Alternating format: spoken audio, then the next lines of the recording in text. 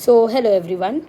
Today we'll be taking yet another important and interesting topic from the module of infection, that is HIV, right? और if they ask you in the exam the question on AIDS, तो ये क्या है, दोनों चीज़ों को पहले समझते हैं. देखिए, HIV is human immunodeficiency virus, human immunodeficiency virus, right? That means HIV is the causative organism. तो HIV वो ऑर्गेनिज्म है जो कि एक डिसीज कॉज करता है जिसे हम एड्स बोलते हैं. एड्स क्या होता है? Acquired immunodeficiency syndrome, right? So what is the name of disease over here? The name of the disease is AIDS, that is acquired immunodeficiency syndrome. It is a disease, and which organism is causing this? A virus is causing it, and the name of the virus is human immunodeficiency virus. Is it very clear to you? Now let me read it out to you again. So what is HIV?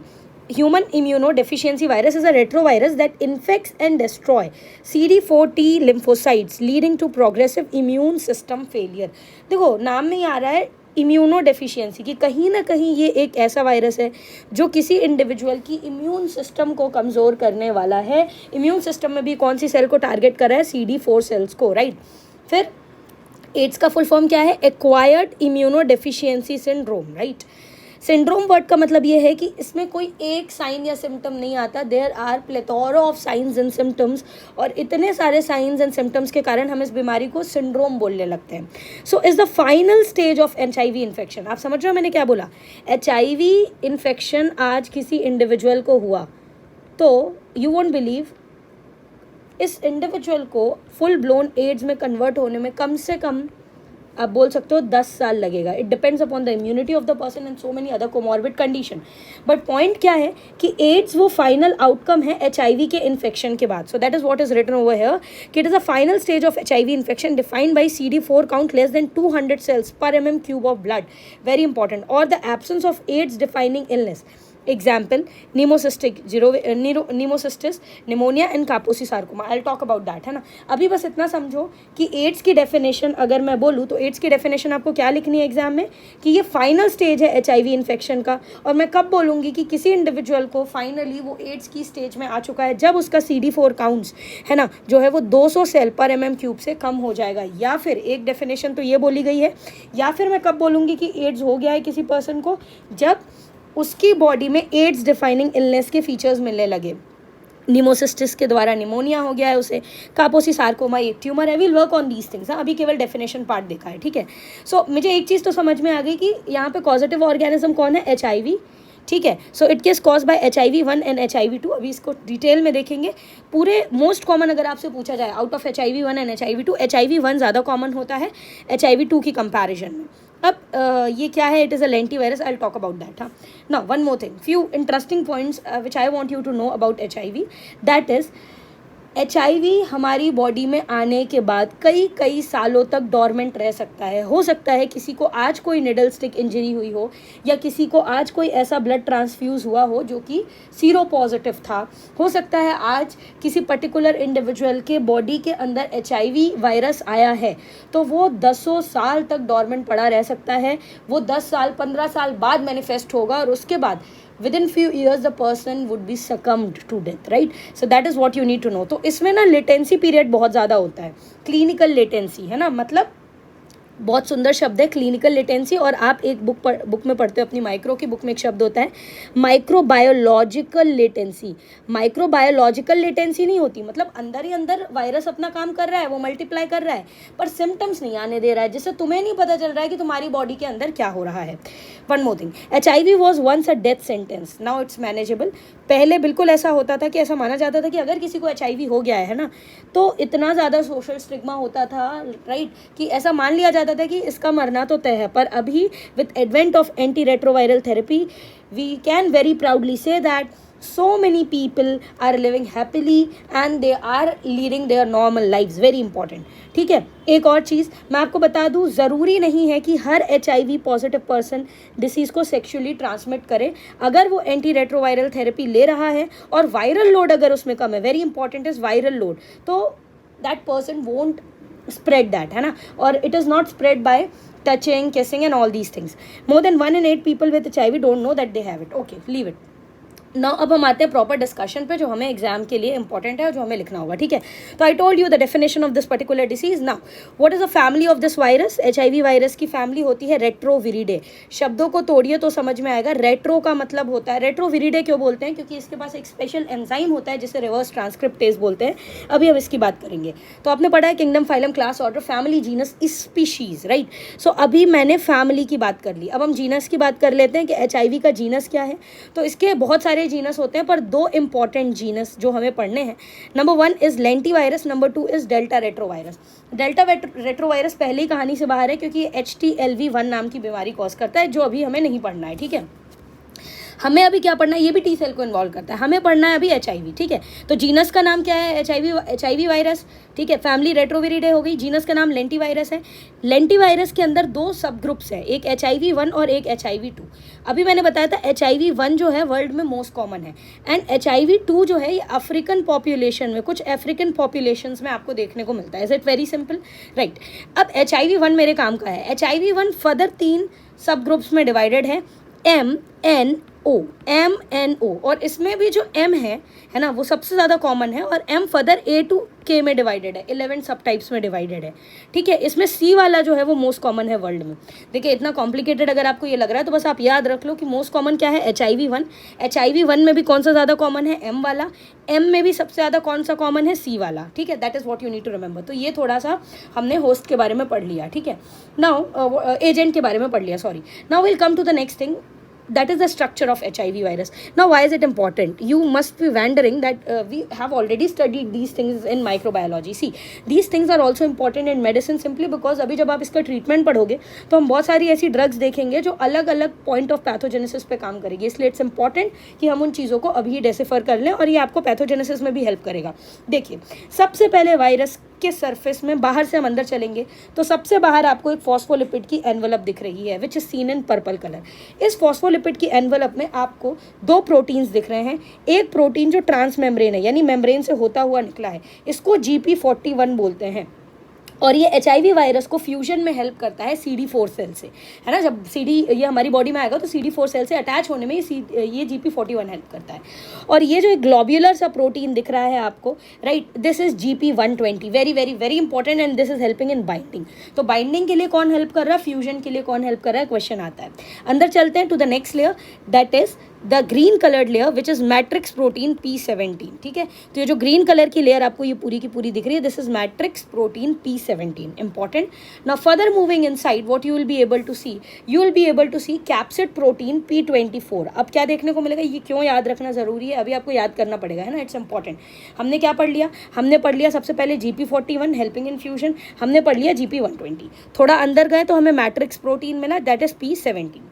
और अंदर गए तो हमें क्या मिला? हमें capsid protein P24 मिला. आप इसके अंदर आओगे तो न्यूक्लियो कैप्सिड मिलेगा, वो मैंने यहाँ पे नहीं बनाया है. मैंने यहाँ पे क्या बनाया डायरेक्टली आपको मेन काम की चीज़. We are having 3 important enzymes in HIV जो इसके मेन शस्त्र हैं, right. P for protease, I for integrase, R for reverse transcriptase. I am again repeating, ये 3 इसके मेन एंजाइम हैं, protease, integrase and reverse transcriptase. और आप देखो यहाँ पे वायरल जीनोम दिख रहा है, ये सिंगल स्टैंडर्ड है, ये तो देखने ही से समझ में आ रहा है.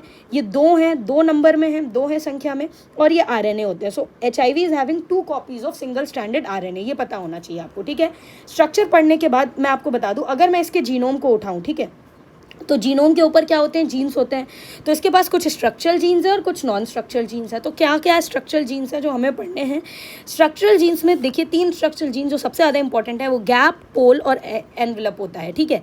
गैप जीन जो होता है, GAP जीन जो होता है, ये प्रोटीन के लिए कोड करता है, जो कि आपका P24 वाला था, ये जो कैप्सिड प्रोटीन है. तो कैप्सिड प्रोटीन को किस जीन ने कोड किया? इसको कोड किया गैप ने, ठीक है. वेरी इंपॉर्टेंट, समझ में आ गया आपको. दूसरा, पोल जो है, पोल जीन जो है, जितने भी इसके एंजाइम्स होते हैं, प्रोटीएज, इंटीग्रेस और रिवर्स ट्रांसक्रिप्टेज, इसके लिए कोड करता है. तो pol is coding for enzymes, very important.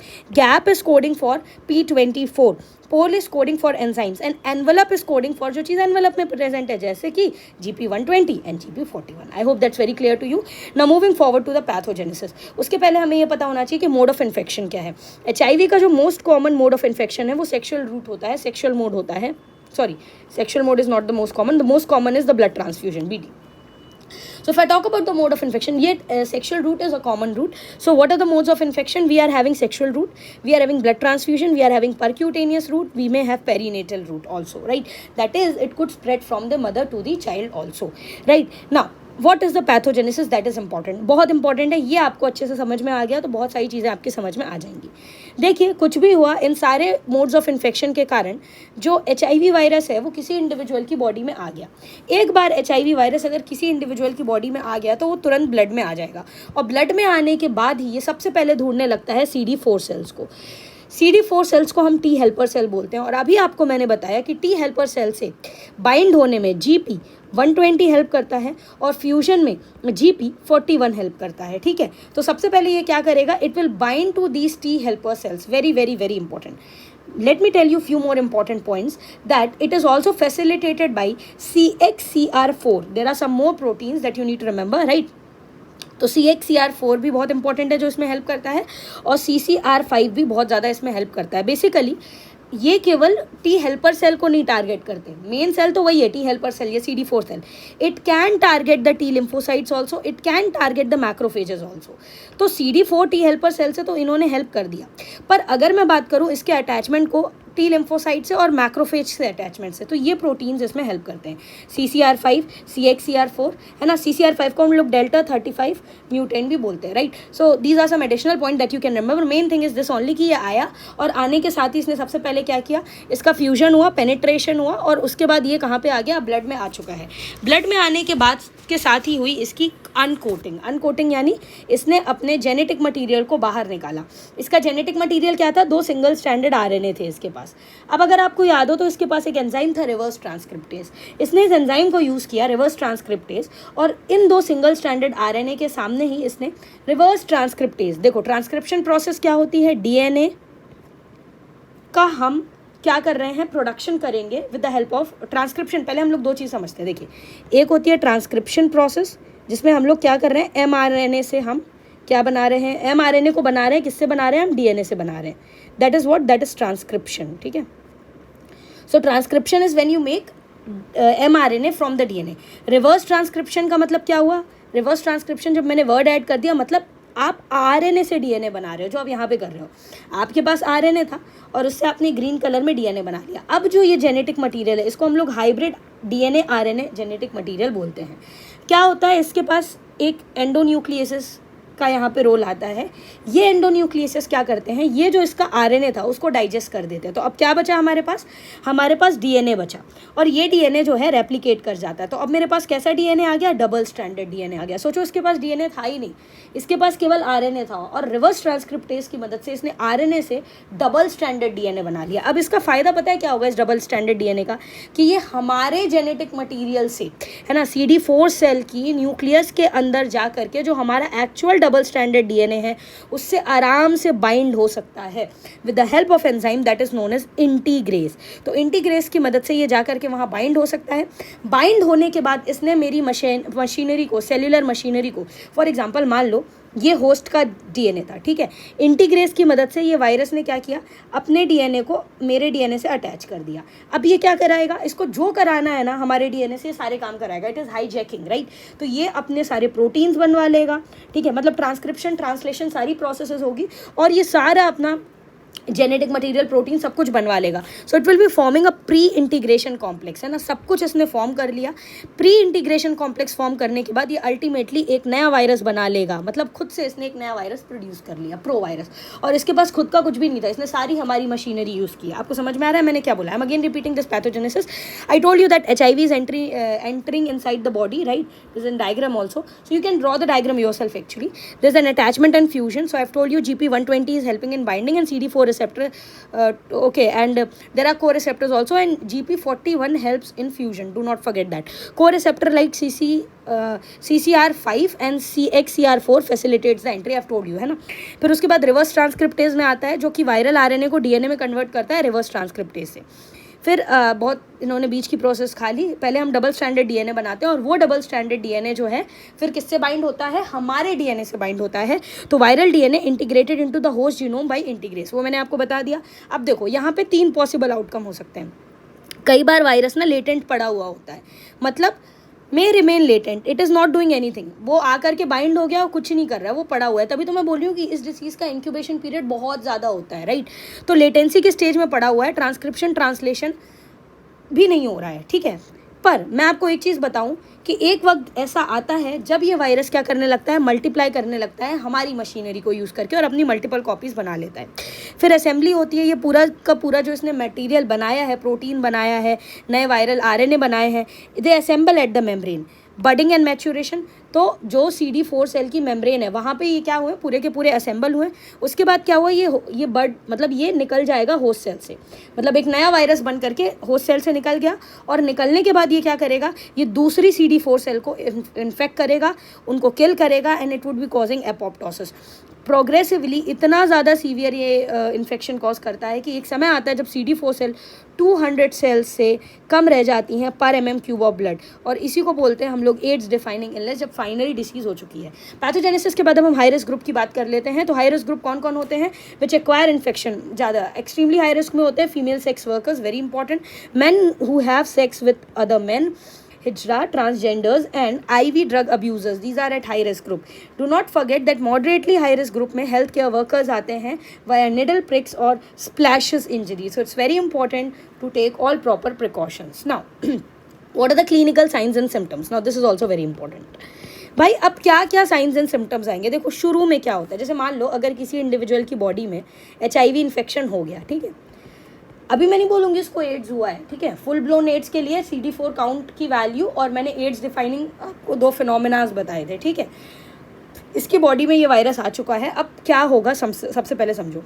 शुरू के फर्स्ट मंथ में एक अपन को यहाँ पे चीज़ मिलेगी, that is known as acute HIV disease. ये क्या होता है acute HIV disease, basically viraemia होगा। वायरस अभी बहुत ताकतवर है, बहुत तेज़ी से मल्टीप्लाई कर रहा है, पूरी बॉडी में ये फैल रहा है ना। तो अल्टीमेटली जो फ्लू के सिम्टम्स होते हैं ना, जैसे फ्लू के सिम्टम्स आते हैं, सोर थ्रोट हो गया, फीवर हो गया, लिम्फेडिनोपैथी हो गया, है ना, ऐसे सिम्टम्स मिलेंगे। तो इनिशियल 1 मंथ में आपको HIV अक्यूट HIV डिसीज़ मिलेगा, दैट इज़ वन थिंग, और फ्लू लाइक स्टेज जिसको बोलते हैं, ठीक है।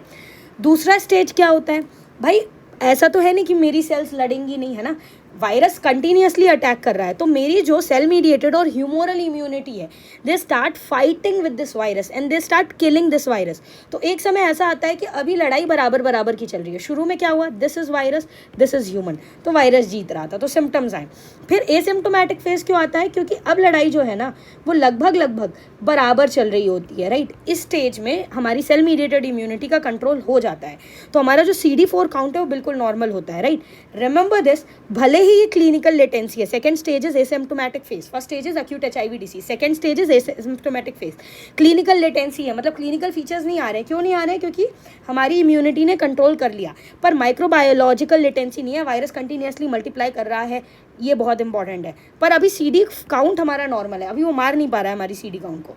अब ये जो स्टेज होता है ना, एसिम्प्टोमेटिक स्टेज या क्लिनिकल लेटेंसी का stage, it can last from months to 30 years, right. Virus will simply multiply in the lymph nodes. तीसरा स्टेज होता है जिसको हम लोग बोलते हैं PGL, that is persistent generalise lymphadenopathy. I told you ना, अब ये लिम्फ नोड में जाके मल्टीप्लाई कर रहा है। अब क्या होता है, सोचो महीनों से 30 साल एकदम से एक स्टेज ऐसा आता है जब सिम्टोमेटिक HIV होता है। I am not saying AIDS, अभी भी सिम्टोमेटिक HIV है। सिम्टोमेटिक HIV कब बोलेंगे भाई, पर्सन को डायरिया 1 महीने से ज़्यादा हो गया, डायरिया रुक ही नहीं रहा उसका, ठीक है, 10% से ज़्यादा उसका वेट लॉस हो चुका है, और माइल्ड अपॉर्चुनिस्ट इन्फेक्शन है, जैसे ओरल थ्रश हो गया, कैंडिडियासिस वगैरह, right. I getting what I am saying. So क्या हो रहा है, 3 चीज़ें जब होंगी तब हम बोलेंगे symptomatic HIV। Diarrhoea is lasting for more than 1 month, wait loss is more than 10%, and mild opportunist infection like oral thrush is there. So that is one thing that you need to remember. Is it very clear to you? Now, when do I say that person has landed up into advanced AIDS? Advance stage में 4 चीज़ें देखने को मिलती हैं, इसको आप cell से याद रखो। अब मैं फाइनली बोलूँगी कि एड्स हो गया पर्सन को जब उसका CD4 काउंट 200 सेल से पर mm³ से कम हो गया है, ठीक है। लिम्फ नोड में फाइब्रोसिस हो चुकी है, ठीक है, वेरी इंपॉर्टेंट। ई से कुछ भी नहीं है, ई को एक्सक्लूड करना है, ठीक है। सेल्स में CLLS, तो सी यानी CD4 काउंट आपका 200 से कम हो गया।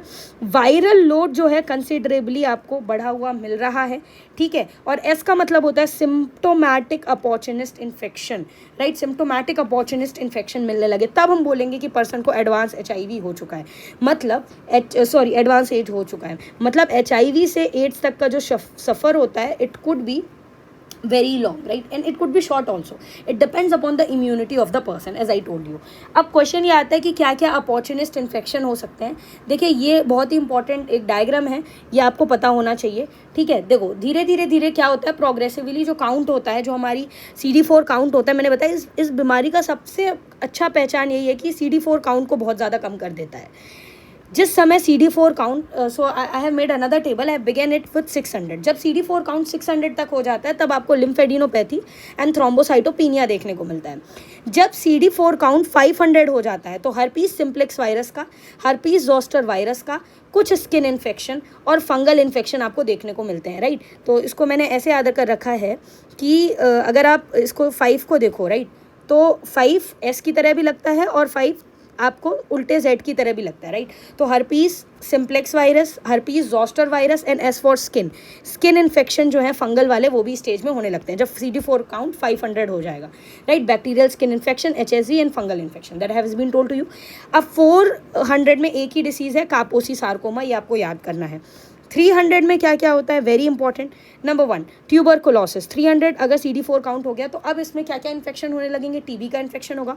ओरल हेयरी सेल ल्यूकीमिया, तो 2 चीज़ें याद रखनी है, oral hairy cell leukaemia and TB का इन्फेक्शन 300 काउंट में होने लगेगा।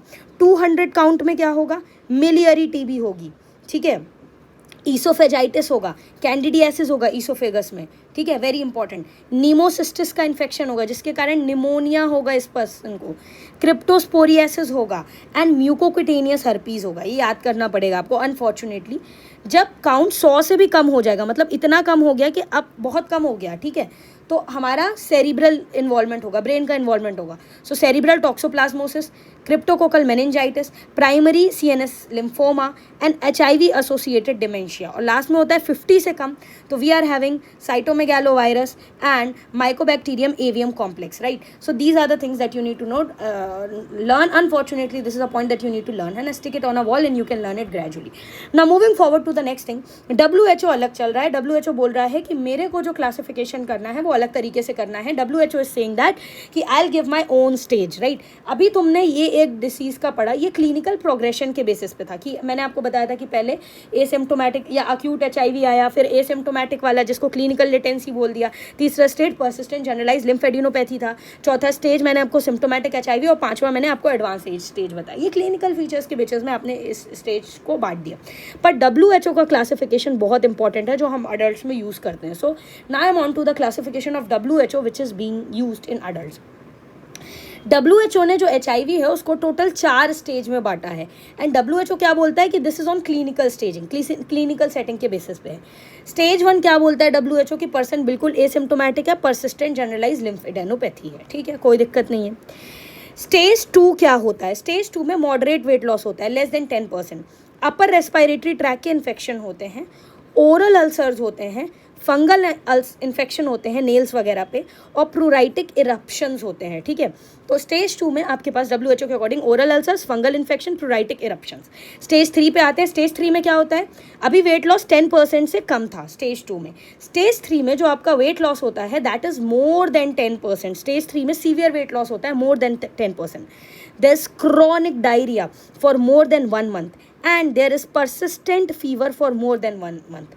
3 और चीज़ें देखने को मिलता है अपन को, दैट्स वेरी इंपॉर्टेंट, ठीक है। POC से मैंने इसे याद किया है।